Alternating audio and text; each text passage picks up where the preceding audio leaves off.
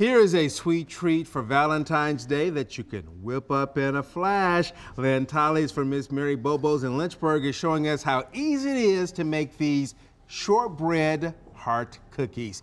Good to have you with us and easy to do, huh? I don't know if you're going to say that, but they're worth the effort. Let's put it that way. So we're going to do this in the food processor. We're going to make our dough. So we're going to start out with 2 cups of plain white flour. Okay. This is 1/3 cup of powdered sugar that I sifted ahead of time. Okay. Now 1/3 cup is not a whole lot of sugar. They aren't real sweet cookies. Now, a real secret ingredient to this is 2 tablespoons of rice flour. Okay. Flour made from rice. Yeah. And that's going to give it this sort of sandy texture, crunchy, wonderful, wonderful. Okay. You can't do it without the rice flour. And you might think, well, now I don't want to buy a whole bag of flour. What am I going to do with it afterwards? But you can thicken soups and stews with it. And if you're a gluten-free baker, this is one of the flours. Oh, is that a good one for gluten? Okay, yeah. I didn't No realize gluten, that. no gluten. Now let's put about 1/4 teaspoon of salt in there. You want to cut a little of that sweetness. And this is 2 sticks of butter. Use real butter. Real butter for that one? Making shortcakes. And you want it to be at room temperature and sort of chop it up so it'll blend in real well. And of course, Leland, add a little bit of the Lynchburg product, so a little Jack Daniel whiskey, about 1/4 cup.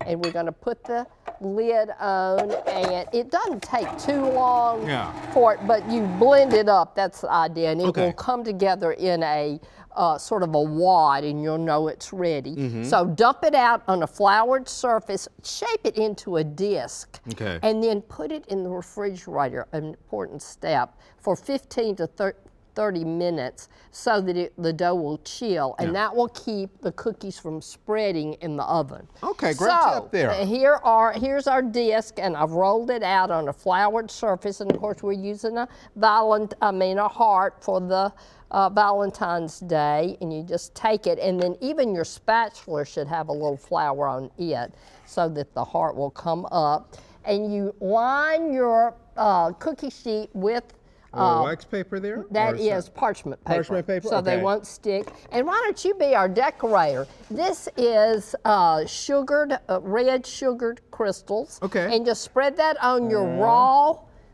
cookies. That's good. That's good. And press it in a little bit. So, but be generous. Go crazy. Yeah, put more than that. Let's see a lot of color there. Alrighty. And you would bake this in a 325-degree preheated oven for, it takes about 20 minutes. You don't want your cookies to brown, you just want them to set.